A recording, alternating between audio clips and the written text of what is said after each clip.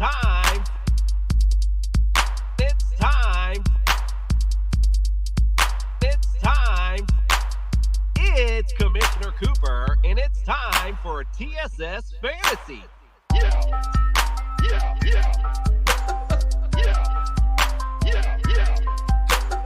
Yeah. Yeah. Yeah. It's Commissioner Cooper, and it's time. How the fuck you got me up this damn early, Jason? It's time.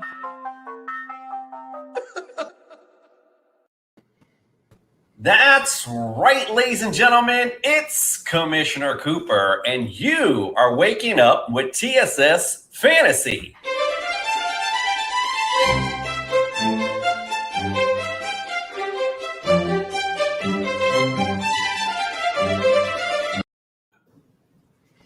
Getting your stretch on, ND. That's how we do it here early in the morning. And we have special guests today. As we know, the TSS Fantasy crew is lazy as hell. They don't like getting up early. So I had some gentlemen to join me today who are dedicated and want to get up early with us. We appreciate you. Let's welcome to the studio first, Kelsey. And first it's from High and Low Sports. And also later with 4th and 4 with Zach at the Zach Attack. Welcome to the studio, sir. Man, glad to be back again. Hopefully I don't get dumbass of the week again on you know. But hey, like I'm up, I'm ready to go. But I already guarantee you, if my mom's watching, I'm gonna get made fun of for my eye bags yet again. I got some sleep. Don't worry. I literally woke up just before we did this. There was sleep at. Sleep had the night before. This is just staying up through, though. It's not getting up early. It's staying through. Semantics. It's semantics. Yeah, eat tomato. Listen, at the end of the day, we appreciate you waking up with us. I know it's a struggle. Believe me, I get it. Let's also welcome to the studio reigning champ champion, DJ. I got it messed up last time, too, on 4th and 4, so my bad. Let's give him his due. The champ is here. DJ, welcome to the studio. Glad to be back. The heavy is the head that wears the crown, so my neck is getting really strong these days. Packing that bad boy around. Oh, yeah. You know what? We had a lot of people in the meantime come on, so I think Kelsey brought it up. Might have to do like a champion round or something. Bring that up sometime, so might have to bring you back and take on some of the other champs that have come on as the victor. Well, there goes my heavy wears the crown joke, because then I'm going to lose in the first round. I already spited myself too early. I should have opened mouth and not inserted foot. Yeah, that's one of those clips that we're going to play back later for sure. Going to get all right, so round one. Don't forget, visit us, tssfantasy.com. We have all our updated rankings, so I'll have everything up to date for you with all the injuries and things of people that have gone out, even with COVID, all that kind of stuff. So don't forget to check that out. Also, all of our social media, Facebook, Instagram, TikTok, Twitter, we got it all. Send us your lineup questions. Again, appreciate your patience with those. We do get back to you on those as soon as we can. Also, don't forget to visit all of us at the Belly of Sports Podcast Network. From wrestling to racing, we got it all for you. Again, as before mentioned, High and Low Sports is here in the building. And also later, they become Voltron with Zach Attack and become 4th and 4 as they assemble later. So let's bring it up later on. Don't forget, after us, the Bears pregame show with Coach Steve. And then again, as before mentioned, Voltron 4th and 4. 11 to 12, we got the rough cut, and 12 to 1, Dan Maynard finishes all of your fantasy lineup questions. So we appreciate you waking up, belly up. All right, so I'm just going to play his music anyway, since he's not here, because I just like hearing it, and it's in the morning, so we got to wake up a little bit. So it's kind of, sort of, he's not here today, but, you know, we all kind of stayed at a Holiday Inn Express last night, so we're going to be doctors this morning. Let's start with Dr. Miller's house call. He's the one that called Dr. Miller. He's the one that makes you feel all right. He's the one that called Dr. Miller. He's gonna be your Frankenstein. I got one. All righty. Rocking out in the morning. That's the way we like it in the 80s. All right. So we got Alvin Kamara is out. So make sure you adjust your lineups accordingly. Of course, Mr. Ingram is going to be the head caboose, so to speak, in that matchup today. So unfortunate for Alvin Kamara owners, again, out once again. Was that you, DJ? 2 times over owning Alvin Kamara, and now for the last 2 weeks, it's going to be 0-2. It feels like it's not looking great. Ooh, God, that's got to hurt. All right, also, Hollywood Brown, that was kind of a late scratch with his apparently going on with a little finger. So he's going to be out this game. Of course, that's important as a receiver. So, take note, Mark Andrew owners, also Rashad Bateman should get an uptick in receptions today. So, again, if you want to look out for somebody, I don't think not many leagues will have Bateman on the waiver wire, but if he's there, pick him up, put him in your flex if you need to.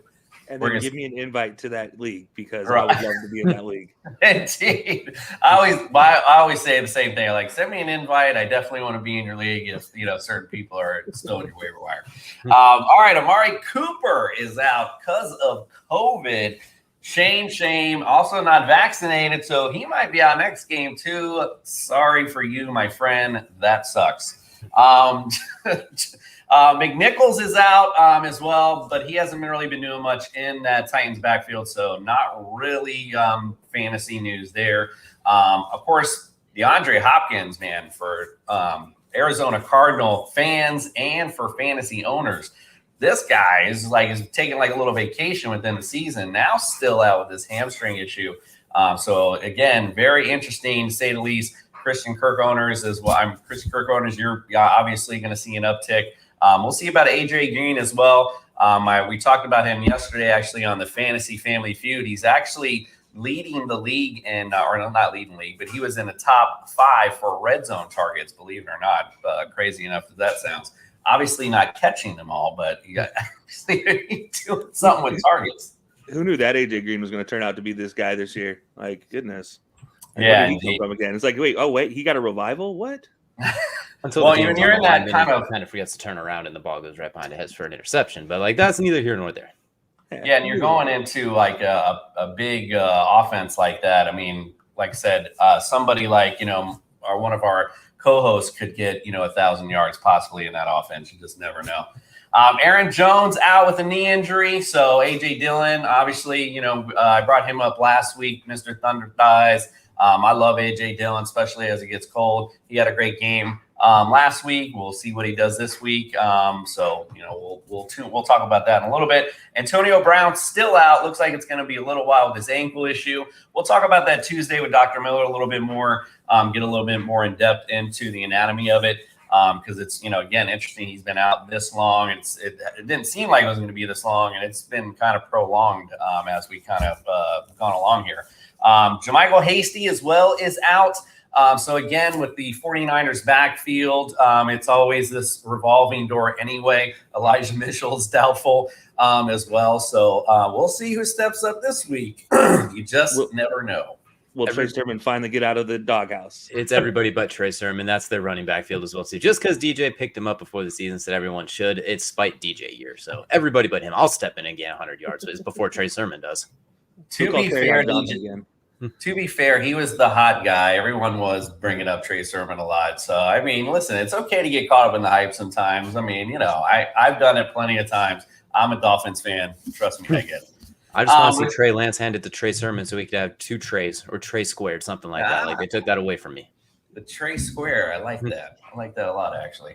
All right. Ricky Seals-Jones, he's out with a hip injury. Logan Thomas is back, though, so that should be, he could be somebody big for you this week. Jared Goff is doubtful today, although I don't know if I was expecting much out of the Lions offense, but definitely not going to be much at all with Jared Goff being doubtful. He's perfectly healthy. He saw Myles Garrett, and he's like, I am doubtful. I'm not feeling it. I saw what Justin Fields had to deal with, and I'm not a spring chicken. I'm not having that man's biceps wrapped around me. Yeah, I mean, I was like, he gets replaced by a quarterback who, by the way, has never had a winning season in his career. Listen, if I had a sore titty, I wouldn't want to run around all game either. So I feel you with DJ. You're right on point with that. Mr. Robinson, James Robinson, heel and knee, so he's questionable, but I think he'll go today. He's been dealing with this so far, but still puts up big points each week. So watch out for him today. Latavius Murray, he's questionable with an ankle. Don't think he's going to go, but we'll monitor that, obviously, as we get up close to kickoff. Jamal Williams, thigh, questionable, has been dealing with the same thing for a hot minute now. Mr. Peoples-Jones, I want to talk about him real quick. I don't know what your guys' thoughts on him, but we talked about him on a couple shows ago. From week 5 to 10, he was leading the league, or at least he was 8 or something like that. In targets, I mean, he's really been a hot commodity now with OBJ leaving. So your thoughts on him? What kind of day you think he have if he does go today? He is questionable with the groin. Yeah, I mean, use him. I look at this. If he goes, Baker loves him. It is the weirdest love affair with him, and it's him and Rashard Higgins seem to be the two guys that Baker will just throw it up to at any point in time. So I honestly don't blame anybody for trying to risk it with Peoples-Jones if he's considered that he will be going at game time. We'll have to see that with that one, but I mean, with it being an early game, you can kind of risk it and then see at the last second if you need to switch out to somebody later in the day, that's fine. But I mean, Donovan Peoples-Jones, or I'd say even pick up Rashard Higgins as well, because you have that opportunity as well if Peoples-Jones is gone. My theory is they bond because they both hate Ohio State. I mean, Baker with his waving the flag and planted, then Donovan Peoples-Jones, a Michigan guy. So that's just how it works. Is how I'm looking at it. But I'd agree with that one. He seems to be their big play guy that when Baker does throw it beyond 6 yards one time a game, it's going to Peoples-Jones. So I can see him easily picking up a 9 to 10 for your flex, especially if you're in kind of a bind. Like if you had Alvin Kamara and he was ruled out at the last minute, you need a receiver for the flex. He could be someone that could pick up some easy points. And it's the Lions defense. It's not exactly the immovable object, if you will. Yeah, it's definitely the matchup to grab today. That's for sure. Kyler Murray, game time decision. We were just talking about Arizona. I should have just kept going with that one because again, this issue has also been lingering too. He does have the bye week next week, so the question is, do you wait 1 week, just let it rest, and then you're good to go for the following week, or do you want to really risk it when you have a division matchup today? So. It's one of those things. I know if I was an Arizona fan, I'd be like, listen, bro, tighten up, better risk it, get your ass out there because we need you. We got to win in this game. So that would just be my thoughts on that. Clyde Edwards-Helaire, Miles Sanders, and Ben Roethlisberger, they all are active today. So I just wanted to bring that up, brought up off the IR. We'll see how much they play. I don't know. Ben seemed to have symptoms of COVID, so I don't know how much that's going to affect his ability to play. I really don't. Again, this is kind of a strange thing that we all have been having to deal with, and I don't know, how much that's going to affect him. I think, when Lamar had it, I think it was last year, he looked like it affected him a little bit. Ben's not as good a shape as Lamar. So. That's a nice way to put it. That is a very nice way to put it. His 4-yard dash is about to take 5 seconds now instead of 4. So we're going to see if he can scamper outside the tackle box. Right. He's been closing in on the 6 seconds 40-yard dash here recently. So if I'd be interested to see how much he gets blitzed today. That's oh yeah, 100%. I'd be doing it all day for sure. On the Chargers, I'm like, Bosa, that is your guy. Derwin James, you go chase him. If he outruns you, you're running stairs on our next practice. We're going back to the high school punishment. Talk about a boomer bust pick. That Chargers defense, if you need a defense, it's either going to be fantastic or you're going to get toasted by because they don't have Chase Claypool potentially either. So right, Harris, that man still. Right, I think Najee Harris, again, why does Mason Rudolph, why is he throwing the ball 50 times? I just don't understand. When you have Najee Harris back there, they should just be pounding the football like it's, the Steelers of old. That would make sense. I mean, it makes no sense when you're at the 5-yard line, just throw the ball 3 straight times. Hello, what are you doing? You got Najee Harris. Doesn't make any sense. We're talking about the same team that went and got their kicker injured on an unnecessary fake against the Browns. So anything they do is kind of doesn't make sense anyways. It's just kind of the mainstay for the Steelers. Indeed. All right. Is your backup, and Dwayne Haskins hasn't left the club yet, so you don't even have a third string. So I guess you got to give them all the opportunities you get. I don't know what they're doing sometimes. Absolutely. All right, fellas, we got to go on and talk about the weather today. It's gonna be bright.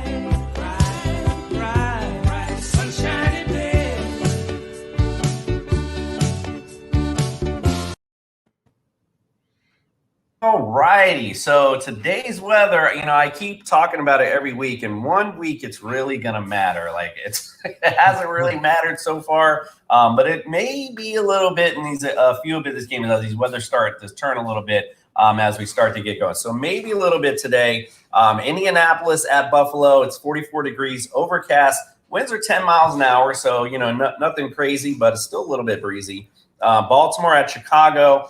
46 degrees, overcast, 9-mile-an-hour winds there. Nothing really to note of. Now, Detroit at Cleveland, it's 45 degrees and possible rain today and 12-mile-an-hour winds. So, sloppy conditions. Obviously, Nick Chubb, I already have him high up in our rankings today. He's somebody, obviously, I like a lot today. I like, obviously, even Swift as well. But, again, if you're Cleveland, obviously, I'd be stacking the box all day and daring you to throw the ball against me for sure. Oh, this is a normal Cleveland day out here. It's going to be okay for Nick Chubb. Oh, that's right. I forgot you guys are out in Cleveland. Hello. Oh, yeah, that's cool. So is it like in your weather report? Is it like going to be? Is it for sure rain? Because this is, I'm looking at it from down here. It's the lake. It's you know what? Just you can assure that there's going to be some kind of rain falling somewhere. It might be beer, it might be rain. We don't know yet. But so there's going to be liquid being thrown on the field at some point in time. It'll be something too. It won't be pretty, but they don't see the sun here 90% of the year anyway, so it's just another day in paradise. That explains your the gray tan, the glow I see from you, DJ. I love it. I spent a lot of time outside, and I probably destroyed all my vitamin D levels, considering there's no sun out there whatsoever. Get more from the inside lights. Oh, awesome. All right, so Houston at Tennessee, 55 degrees there, and also possible rain there and 11-mile-an-hour wind. So it could be sloppy conditions there as well. Houston against Tennessee. I would just say, definitely Titans D benefits from that. Miami at New York, 51 degrees, mostly cloudy, 6-mile-an-hour winds there. Hopefully we can get another one. It's starting to build some momentum, starting to feel like my fantasy team, starting to maybe got a chance here at the end. Maybe we'll see, maybe save my season a little bit. Saints at the Eagles, 52 degrees, partly cloudy, 7-mile-an-hour winds. Nothing really to note there. Washington at Carolina, 56 degrees, overcast, 2-mile-an-hour winds. So basically a fart. 49ers at the Jacksonville Jaguars, 69 degrees, partly cloudy, 9-mile-an-hour winds. Cincinnati at Las Vegas, then Domes, who cares? Same with Green Bay at Minnesota, who cares? Dallas at KC, 57 degrees and clear, 14-mile-an-hour winds, though. So, although it looks like a nice day, little breezy, might want to note that maybe might bring a little bit the passing game down a little bit, and also the kickers, we'll see. Usually when it gets around the 15-mile-an-hour winds, it does play a little bit of effect, so we shall see. But two good offenses, so I'm not really too worried about it. Cardinals at what's that? That deep rainbow ball from Dak is not going to be good in that weather, though. That's for sure. Right, exactly. So that's the thing. We'll see how that plays effect, or if it does. Cardinals at Seattle, 46 degrees, mostly cloudy, winds 1 mile an hour. So I mean, that's whatever below a fart is. I don't create a weather system in Madden right there. Right. Perfect weather right there. Exactly. Steelers at the Chargers, Dome, who gives a shit, and Giants at the Bucks for Monday night, 67 degrees, partly cloudy, 10-mile-an-hour winds, and you never know. It's Florida, might bring some rain at some point. You never know. There will be all right. So I got you guys on here. You guys know I love playing some games. I love doing my fun stuff. So since I got you guys on, I thought I'd give Kelsey another shot at redeeming himself. And I got some fun questions for you guys. Now, this one isn't like champs or chumps. So, we usually talk about it prior. But, we always want to get to the final round of champs or chumps. This one, though, it's hey, if you sweep it early, you sweep it early, all right? All right, we'll take a quick break, and then we come back. I'll explain the rules and all that. We'll get right back to Fantasy Family Feud, and we'll be right back.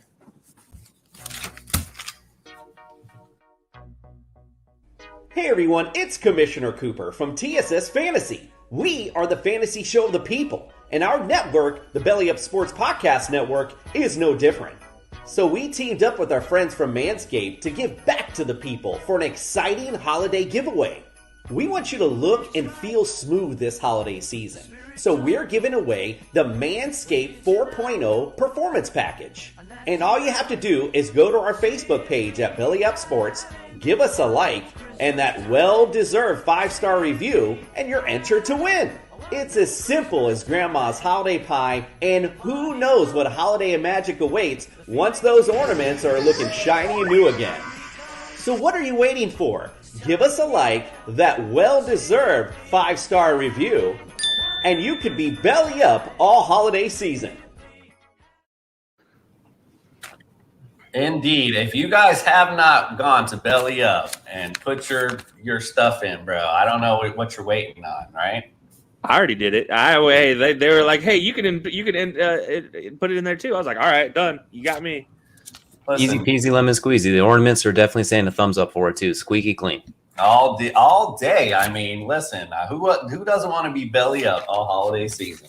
All right, as I before mentioned, we are about to play Fantasy Family Feud. All right, so just explain it real quick. The only difference in this is that we don't, usually in Family Feud, there's points involved. Don't really involve the points. It's just if you take it, you can pass or play. If you win the round, you just win the round. We don't keep the points. I ain't got time nor the graphics. So what do you want? All right, our graphics people are slacking in the back room. I mean, come on. I guess you get what you pay for. I guess is what it is. So. Yeah. All right, let's get it started. It's time to play the feud.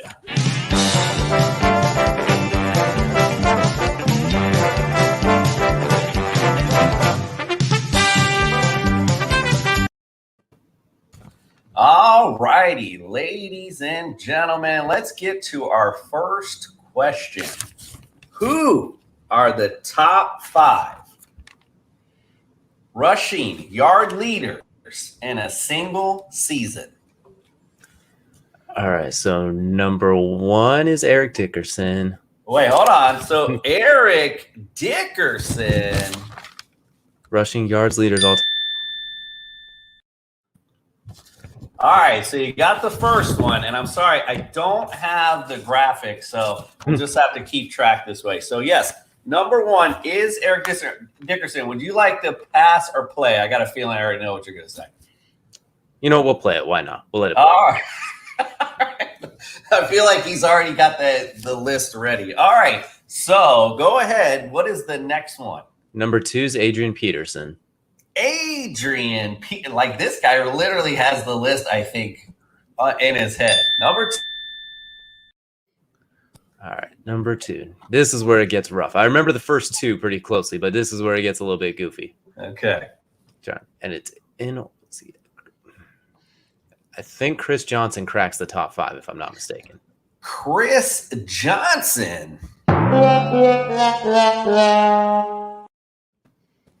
Yeah, I knew it was gonna fall there. He's like 7 or something. I ran out. I should have just taken the 1. All right, no, that's all right. So you got 2 more. You got 2 more guesses. So you got number 1 and you got number 2. So he's 3, 4, and 5 are left. Jamal Lewis, I believe. Jamal Lewis. All right. Well, that's Give me my 1. popcorn. Hang on. He is number 3 on the list. So you got 4 and 5 left. All right. I'm gonna hate myself. Is OJ Simpson on that one too? Oh, Simpson, the glove don't fit. Damn, I knew I was gonna hate myself for that one. All right, you got 1 strike left. You got 4 and 5 left. You know what? We're just gonna try.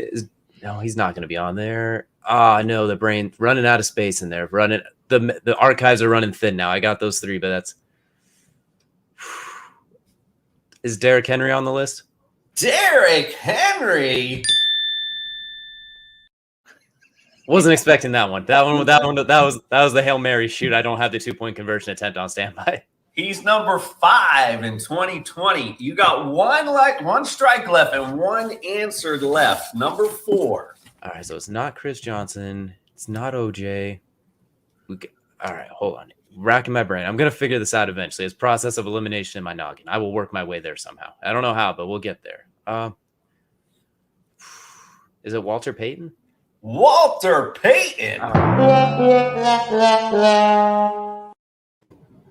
All right, Kelsey, your chance to steal. Oh, all right. We're going to go. Why not? Marcus Allen. Marcus Allen. Number 4 was Barry Sanders in 1997. Mike is going to kill us. Pain. All right, next question. Who are the top 5 receiving yards of all time in a single season? Well, number 1's Calvin Johnson. Well, not number 1, but he's on there. He's up there somewhere. Calvin Johnson. All right, that was the number 1. So I'm assuming you want to play this one. Nope, I am cutting my loss where it is. I've already learned once. Oh, great. All right, he's passing. All right, Kelsey, you're up, bro. All right, I'm going to go Randy Moss. Randy Moss. Not keep the beat running like a Randy Moss. Ooh, all right.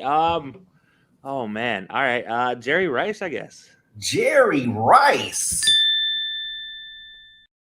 We're working our way there. All right. So Jerry Rice is number 3. So you got the number 1 and number 3. So you got 2, 4, and 5 left.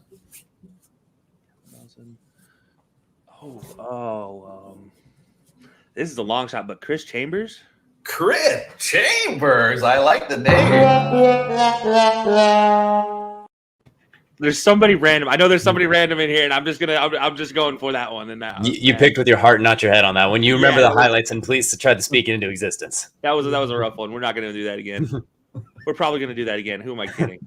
Oh goodness. Keyshawn Johnson. Keyshawn Johnson. All right, DJ, your chance to steal. So we know we got Calvin Johnson and we got Jerry Rice. So you got 2, 4, and 5 available. We're going to take a shot in the dark and say Antonio Brown. Antonio Brown. Because him and Julio tied, if I'm not mistaken, at some point too, or they were almost dead on. They were very equal in yards that same year. There was one of those two. And the rest it was Julio Jones at number 2 and Isaac Bruce at number 5. Okay, that's the 90s era, early 2000s era guy I'm trying to think of. Like Isaac Bruce is your guy. You got to get that one, Kelsey. That was yours. You know what? Hey, look, we're struggling here. Listen, I'm going against the squab right now. All right, this is round 3 now, so you got to get this one, or it's a wrap. All right, here we go. Round 3. Here's the question. Top 5 answers on the board. Who are the top 5 touchdown leaders in a single season? This is total touchdowns, right? This is total touchdowns, correct? All right. So number 1 is LaDainian Tomlinson, I believe. LaDainian Tomlinson. He is the number 1. So again, would you like to pass or play? We're going to pass on this one and see if I can steal it again. All right, Kelsey, you're up.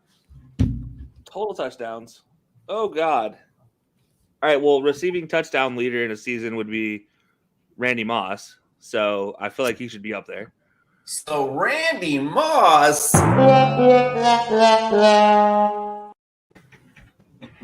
Okay. All right. I'm out of luck. Oh, goodness. I'll give you a hint, Kelsey. There's an Alabama guy on there. Oh, God. In that case, then I'm going to say Sean Alexander. Sean Alexander. I hate that I needed a hint for that. And I hate that it was such a subtle hint that I knew exactly who it was. I'm here to help. Number 2. We've been working together too many times that he already knows the button to push. All right. In that case, we'll go in a single season. Oh, man. Because that's going to have to include passing receptions as well. Jerome Bettis. Jerome Pettis, the bust. I feel like I'm just squandering here, just throwing names at a board and hoping one sticks. All right, you got 3, 4, and 5 left. Why not? Adrian Peterson. Just because. Adrian Peterson. All right, DJ. Not gonna lie, I was hoping you wouldn't have said the Sean Alexander one. I probably shouldn't have given you that hint. That was my ace in the hole. That was the one I knew off the top of my head for sure. So now we're going back to racking the brain. Let's say Emmitt Smith. Emmitt Smith. He is number 5. Here's my Cowboys fanship card. I mean, wow. I'm officially a Bengals fan now. That was pretty much a dominating performance, I have to say. Listen, I'll give you guys the final round question anyway. Give it to you both, so we'll see if you can get it. Obviously, DJ probably already knows it, so we'll find out. Here it is, the final round question, even though we didn't need to get there. Who holds the best rookie passer rating in NFL history? You know, Kelsey, I'll let you guess this one first. Why are you doing me with such a dishonor? We all know you know the answer at this point in time. Maybe. Let me ask you this, DJ. Is he from more recently than 2010? I believe so. Oh God. I don't know for sure. Why not Justin Herbert? Justin Herbert. Ouch. So I'm 99% sure it's between two guys. So I'm gonna take the shot in the dark, and I'm gonna guess Russell Wilson. Russell Wilson.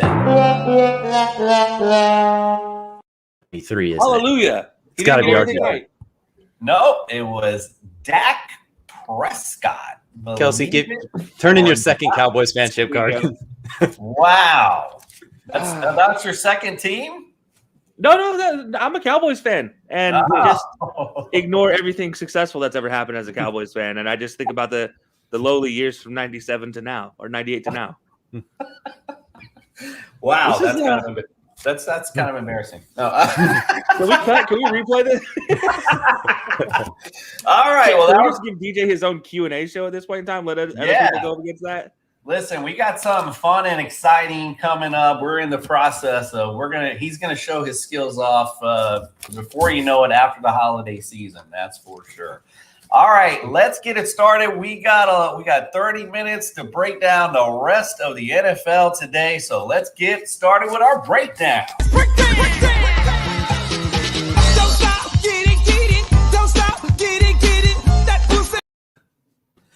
All right, I had to stop that before I got any further. All right, we're going to start with the Ravens at the Bears. So, we have the Ravens. I just pulled up basically, because I didn't have a lot of time to pull up stats, was the Ravens were 4th in against rushing for rushing yards against, I can't even spit it out, for defensively, and 29th against the pass. The Bears 18th against the rush and 7th versus the pass. So interesting to say the least for both defenses, but the Ravens, you saw Tua actually had a decent game against them. So, their secondary doesn't look all that great, but is Justin Fields, is this going to be his breakout day?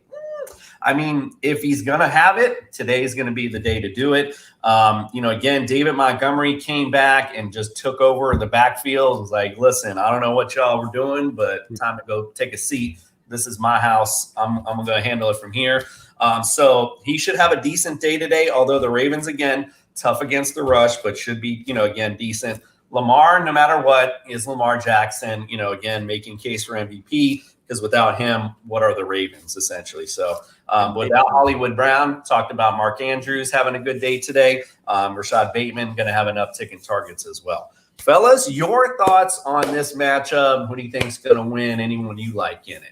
We'll take you to Kelsey first. Yeah, so, you mentioned it. This one hinges on Lamar, right? And Lamar questionable with illness, so he might not play tomorrow or play today. And that's the, the worry is like how much is he actually going to be effective? Did he get too much Chipotle like AJ Brown and he turns into superhero mode? Or I don't know, but I do feel pretty good about the Bears. I'm actually going to be on the Coach Steve show next to talk about this game a little bit more. So shameless plug at that one. If you want to hear more of my details on that, I'll tell you about that in like 30 minutes. But yeah, it's I think this one it's definitely a will Lamar be able to perform, and then on the other side, it's not so much Justin Fields. I think he's going to be successful. It's going to be can Matt Nagy put him in successful positions, and that'll be determined whether Justin Fields can pull this one out. But spoiler alert, I have an upset with this one with the Bears.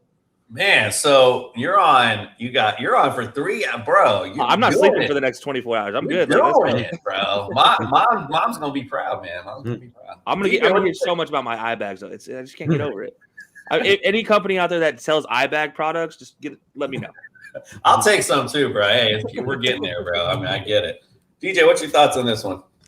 Well, the one thing too with the Bears is Khalil Mack is not playing as well too. So I think Lamar's going to go, and you could probably pick any of the stable of running backs to get you something productive. Latavius Murray, Devontae Freeman, just about any of them will probably be fine. And then for the Bears, that pass defense for the Ravens is spotty at best, mostly because teams could go deep on them. And if Justin Fields gets any resemblance of decent amount of time back there, I could see him going looking for a Darnell Mooney type guy deep or something like that, or Cole Kmet deep over the middle. So those are a couple of guys to look out for. It just depends if he's going to be getting assaulted right off the snap as well, or if Matt Nagy's going to do a bunch of tomfoolery that he does with like empty sets against the blitz and those sort of things. Yeah, I didn't mention Lamar earlier because from what I read, it's just one of those things where she should be good to go. He's going to take some fluids kind of thing. So that's why I didn't mention him earlier. But I kind of get that I don't want to even compare him to Jordan, but that vibe of the get the fluids. I'm going to step in, and when I'm sick, and throw for a billion yards. That's just one of those things. The athletes, they just step up in those types of situations. So I have a feeling Lamar is going to have a really decent day today. But again, we'll see. And again, you talked about their staple of running backs.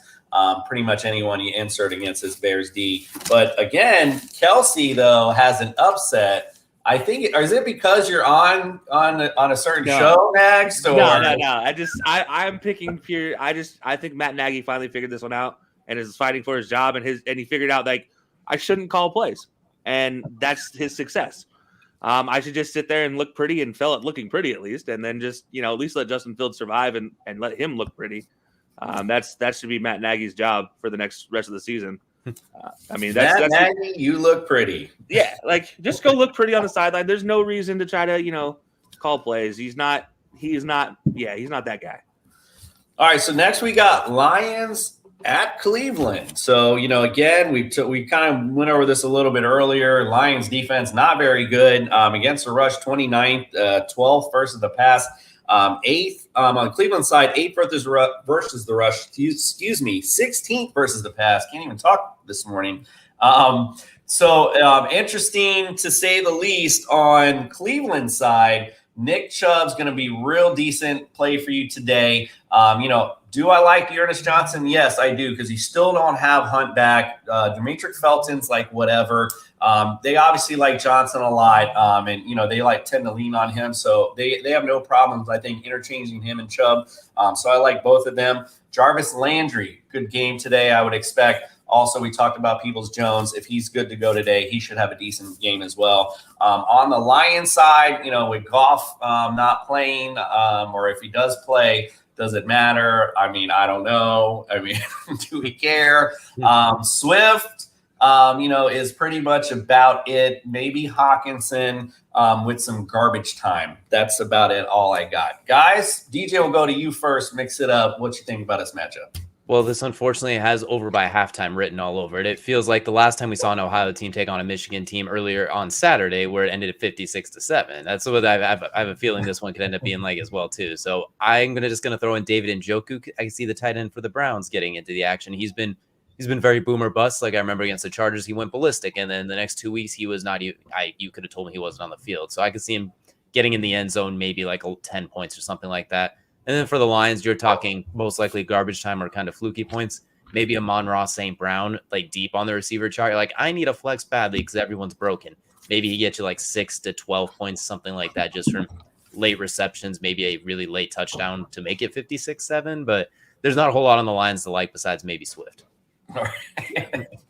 Yeah, no, look, this one we talked about a little bit ago. I mean, Jared Goff will be replaced by Tim Boyle, who, again, is a completely losing career quarterback going back to his college days at UConn and even at Eastern Kentucky. He transferred and still lost more games than he won. And, yeah, I think that's a telling sign for him to be a Lions backup quarterback. And just stay away from anybody Lions-related if you can possibly help it.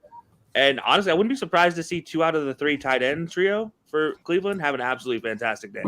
And Njoku, and Harrison, I look at, I'm like, yeah, they can have a whole lot of fun. Harrison Bryant, that is, and that would be a whole lot of fun against this secondary for Detroit because there's not a lot of weapons out there. Yeah, losing quarterback on a winless team, a winning combination for sure.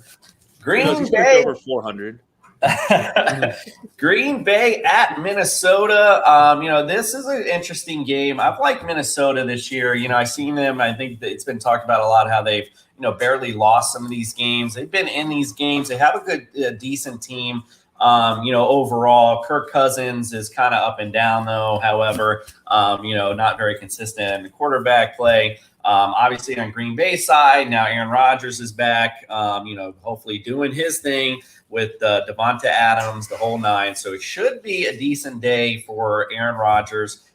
When, again, I talked about him last week, A.J. Dillon, Minnesota's 27th against rush yards. So, again, Captain Thunder Thighs, I like a lot today. Devonta Adams, again, should have a decent day. And Kirk Cousins, again, we talked about situational stuff. If I'm assuming if I'm say Aaron Rodgers is having a good day, just assume Kirk Cousins is going to have to try to keep up with him. Doesn't mean he's going to have a great day because Green Bay being 5th against the pass, not the greatest defense they want to go against, but they're going to have to keep up with them somehow. So I would expect something out of Kirk today. All right. So what do you guys think of this matchup? Yeah, look, I like this matchup. This is going to be an old school NFC North matchup that you're going to see. But look, first of all, my fantasy football team is happy Aaron Rodgers is back healthy, and whether he got the shot or not, we don't know yet. But Devonta Adams is going to be super, super excited because that's why I'm excited. Devonta Adams is going to be thrown to an absurd amount of times because it's been 2 weeks since Aaron Rodgers threw him the ball, and it's going to be absolutely fantastic to watch. And then on the other side, I look for Adam Thielen to have a fantastic matchup for receiving core. That like you said, if Aaron Rodgers is firing on all cylinders, that means somebody's going to be catching balls for Minnesota Vikings. It's not going to be Justin Jefferson because I can guarantee they're going to double him, but it will be Adam Thielen. I can almost guarantee it. You know what's crazy? Sorry to interrupt, but just real quick, it was crazy. We were playing the Fantasy Family Feud, and Randall Cobb was also on the list for top red zone targets this year. Wow. Go ahead, brother. Well, you took that one. That was what I was going to say is Randall Cobb looks like he might be the guy I was going to lead to because there's no Aaron Jones as well, too. No David Bakhtiari getting the ball out of his hands quickly. That'd be the one, too. And I actually like Green Bay's defense. If someone still has not picked him up in the last month, they've been the top-rated defense in the league. And Kirk Cousins has been playing well, but we know how shaky he can get back there sometimes. He's kind of like an Uber driver that suddenly got his windshield covered up by water or something like that, too. I can see him getting a little erratic back there, maybe throwing it up for grabs. I mean, they just shut out Russell Wilson last week. I don't think they're too concerned with Kirk Cousins. And you never know, maybe they're starting to get into a groove. So I like Randall Cobb. I like the Packers defense. Minnesota, I feel like the guys that I like are guys that you're playing no matter what, like Justin Jefferson, Dalvin Cook. It doesn't matter the matchup. They're guys you're playing away. But I'm staying away from Kirk Cousins this week, preferably. And KJ Osborne has let me down enough, so I'm staying away from him too. Yeah, I was never hot on KJ Osborne to begin with. So, there's just too many mouths to feed there. And, and as we alluded to earlier, if the Packers is in your league on the waiver wire, please allow me an invitation next year as well. All right, next game, Houston at Tennessee. Not much to talk about on the Houston side, quite frankly. Brandon Cooks might have a decent game because Tennessee is so horrible against receivers, 31st against the pass, too. So if Tyrod Taylor can find Brandon Cooks a few times, might be a decent play for you there. But other than that, not really much on that side. I'd really, again, if you're really desperate, you could play Tyrod Taylor. You might have an okay game. Tennessee on that side, again, Ryan Tannehill's got to step up in the absence of Derrick Henry. Got AJ Brown, so it'd be interesting to see, who's that number 2 guy that's going to step up today. I'm going to let you guys talk about that because I keep spoiling stuff, so maybe you guys got some other things to allude to. So, yeah. All right, so I'll kick it to you, DJ, on this matchup. Who you like on this one? So I do, for the number 2 guy, I actually like Chester Rogers. He's kind of their slot receiver guy who gets a decent amount of burn, but just is kind of the small guy that looks like that little engine that could sometimes. But he's like, I think he could get a lot of those targets. Julio Jones is out for a while, so look for him to, just in a points in a PPR league, he could probably get you 10 just from getting a lot of those checkdowns. And I like both of the running backs, Deontay Foreman and Adrian Peterson. I'm actually playing both of them this week because I lost Alvin Kamara. So I said, one of you has to do good. We'll put you both out there. And I think they could both. It's against Houston's defense. It's nothing too elite. So maybe they both almost get a touchdown and just kind of give you points by lackadaisical production in some way, shape, or form. So I actually just like Tennessee. Well, that would be my answer. Just all of that. Yeah, I like. I like them to what you're just talking about. Use Devonta Foreman as like the down the field guy, and as they get closer to the end zone, put in AP to hammer it home. Kelsey, my bad. Go ahead, brother. What's next? Oh no, that's exactly right. That's you use that, and don't be surprised if you see Hilliard, their 3rd string running, or well, technically he was 4th string running back, get some burn just because we haven't seen Freeman a whole season. We haven't seen Adrian Peterson still coming back from the retirement bench, which I guess I was still wrong on. I'm still not happy about that. His first week back, but you know what? He still doesn't look smooth like Adrian Peterson did before. So he still looks a little rusty. So don't be surprised if Hilliard does get some carries. Nothing crazy, but he might get you a touchdown if for some reason, because they put him in over Peterson on a couple drives in the red zone as well. So don't be surprised if that happens. But Marcus Johnson as well. You mentioned Chester Rogers, DJ. I like Marcus Johnson as an option as well. If you need somebody, just absolutely need somebody, don't be afraid to go get Marcus Johnson. He has been improving drastically. Last week when they needed him, 6 targets, 5 receptions, 100 yards, 20 yards per catch, and then just shy of getting a touchdown. He was about 5 yards shy of having a touchdown to his name, but not a bad performance for a guy who is kind of forgotten about. I mean, heck, Marcus Johnson and Chester Rogers, both former Colts, and an in-division team that they have both seen plenty of times. And they're just like, oh, we'll just take that. If you don't want that, one man's trash is another person's replacement treasure. And Marcus Johnson, that body style that Tannehill loves to throw to, too. That big body just hit him. I actually picked him up in one of my leagues and inserted him this week because I agree. I think I do like him to be the number 2 this week because, again, he's the kind of guy Tannehill likes to throw to. All right, let's get on to these other games because I don't think we're going to make it through, but I don't care because that Family Feud was fun. All right, Colts at Buffalo. Again, on the Colts side, they started to get a little streaky, with Carson Wentz. But, again, it's all about the schedule and who they're playing. Their division's all not that great. Now they're going against a great defense. So, Jonathan Taylor, I would kind of temper expectations. Number 3 against the rush. Buffalo's defense is just really all that good. Number 1 versus the pass as well. So Carson Wentz, not that great of a game today. Again, I would just temper expectations, but it's tough to call this one because it's one of those games where it looks like Buffalo, that defense, but if the Colts find the right groove, I just feel like this could be one of those barn burner games that could go back and forth. But I would just again temper expectations. But you're going to start Jonathan Taylor anyway, so who the hell am I talking about? All right, so what do you guys think of this matchup?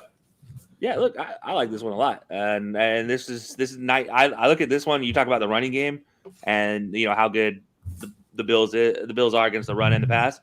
Well, I don't know how good they are against Nyheim Hines though, because you got a guy that's coming out of the backfield that could also slide into the slot that can do both things. Well, I know Jonathan Taylor's you're basically gonna run into a brick wall with Jonathan Taylor, and you're gonna keep running into the brick wall 20 plus times. It's just gonna happen. But there's going to have to be somebody that's going to have to break loose a little bit. And I look at Nyheim Hines as maybe that guy that will actually have some impact on the game. And especially, last couple times they needed him to step up. 100-yard game, 80-yard game, both put a touchdown in both games. And, why not? And see what he can do. But, yeah, this Bills team, terrifying to say the least. But they're not going up against a team that is somewhat questionable in talent. So they probably won't have that fourth quarter lapse they've been showing all season. Absolutely as well too. And I look at it on the opposite side. I look at Gabriel Davis, the big receiver, who kind of gets lost in the muck considering the Bills have an entire roster of receivers. Like they're 6 deep and it's ridiculous. But Gabriel Davis, a huge 6'5" body and a very, very weak Colts secondary. Their best defensive back is 5'8.5". So I look for Gabriel Davis to basically egg catch a few people as well too. Backup safeties, backup corners. It's going to be rough. I mean, Xavier Rhodes is not going to stop him. It's not a Colts secondary is definitely the weak point unless Darius Leonard is punching loose fumbles. So I look for Gabriel Davis to maybe get a red zone touchdown and a couple intermediate targets. All right, let's get on to the game of the day with America's team, the Miami Dolphins, going up to New York, playing the New York Jets suck. And this game is going to be a pivotal battle for the AFC playoff picture. We'll see how the Dolphins do. Now, just in all jokes aside, I'm just going to put it like this to Brian Flores. Bro, listen. If you line what you did against Lamar Jackson, did what you did. If you don't do that against Joe Flacco, I'm done. I'm just done because like if you don't think Lamar Jackson couldn't do nothing, what do you think Joe Flacco is going to do? So anyway, I just see this as again Miami's hopefully to me getting hot. Maybe that's just my fandom coming on, but I like Myles Gaskin today. He's been so roller coaster up and down, but this is the game I like him to do well in. I like Tua, obviously, and I like Waddle, and I like Gesicki in this matchup. And on the Jets side, I do like, we do get burned a little bit in the secondary. So if there's a big play to be had, Elijah Moore is the guy that's going to make that happen. But I don't see many big plays happening. All right, guys, what you think of this matchup? You hit the nail right on the head. If Miami just goes cover 0 and sends everybody at him, who on the Jets is going to be 1-on-1 coverage with Xavier Howard? I mean, Elijah Moore maybe gets loose when it's 35-7, but I don't like a whole lot on the Jets. And for Miami, I think Jalen Waddle, if you do have him, now would be a good week to start him. I think he's just going to get a lot of targets this game. I think they're going to try and give him his explosive game. Like he's had a bunch of really good games. I think this is the one where they try and let him have his quote-unquote Jamar Chase moment, like what Jamar did against the Ravens, where he has like 8 for 200. So I think this is the one where they kind of force it to Jalen Waddle, like, hey, we made the right pick, guys, and then kind of force him and get him out there. And I can see him getting a lot of targets, like maybe 10 catches, something like that. Yeah, I mean, there's not a whole lot to talk about this. There's an interesting stat with the Dolphins, though, that I do find entertaining just as an Auburn guy. They have not won a game without Noah Igbenogany starting at nickel. If he is not your starting nickel corner, they have not won a game. And say what you will about it, whatever is going on with that secondary and everything else, but them in a cover 2 shell, there's no team that should be able to just take the top off of them.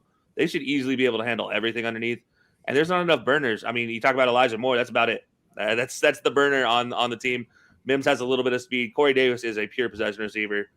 There should be nobody getting open over the top at all. And yeah, that's just, I don't know, interesting tidbit that I picked up over the season. Now that we talked about the game of the day, I'll pick up a few that obviously, so we're going to have time to get all of them. So let's just pick obviously some good ones. So here's a real quick good one. Cowboys at KC. I mean, again, we were talking about this earlier about the weather may play a little bit of a factor. The wind may end up playing a little bit with the quarterbacks. I mean, who knows? But, again, Dallas's defense has been decent, like, 7th against the rush, 15th versus the pass, but they're more of a kind of a bend, don't break, and they make big plays. But so I still like Pat Mahomes make big plays all day today. And on KC's defense, we know it's garbage. So again, Zeke Elliott, obviously big, Dak Prescott, big, no Cooper. So let's see who else steps up. Could it be Michael Gallups finally? Does he step up today? We'll find out for sure. All right. What do you guys think of this fun matchup? This is my worst case scenario as a Cowboys fan. You have Trayvon Diggs matching up 1-on-1 versus Tyreek Hill.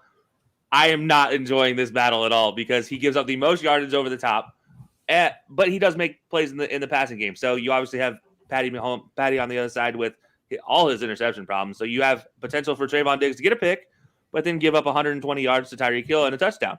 So it's just like my worst case scenario that Trayvon Diggs keeps getting hyped up for subpar defense, even though he makes one play.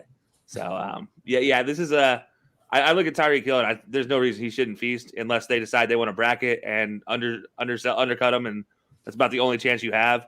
Because I don't think you're getting that. They don't have the same pass rush to get to Patty in this case. It's just been what you've seen to get Patty off his mark. So we'll see. But I think this one has Chiefs written all over it, and Tyreek has a big game.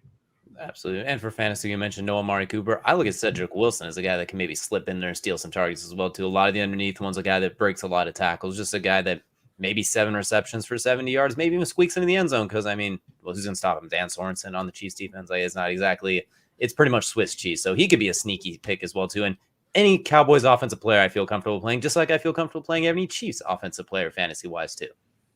Yeah. Again, Dalton Schultz actually too. He's been kind of on the downturn. He might actually see a big upturn this week too. So somebody else you might want to put in your lineup this week. All right, let's talk about. Probably got time to talk about one more real quick. Arizona at Seattle. I think this one to me, if Kyler Murray goes, could be that big barn burner game as well, fantasy wise. The game that we're looking for.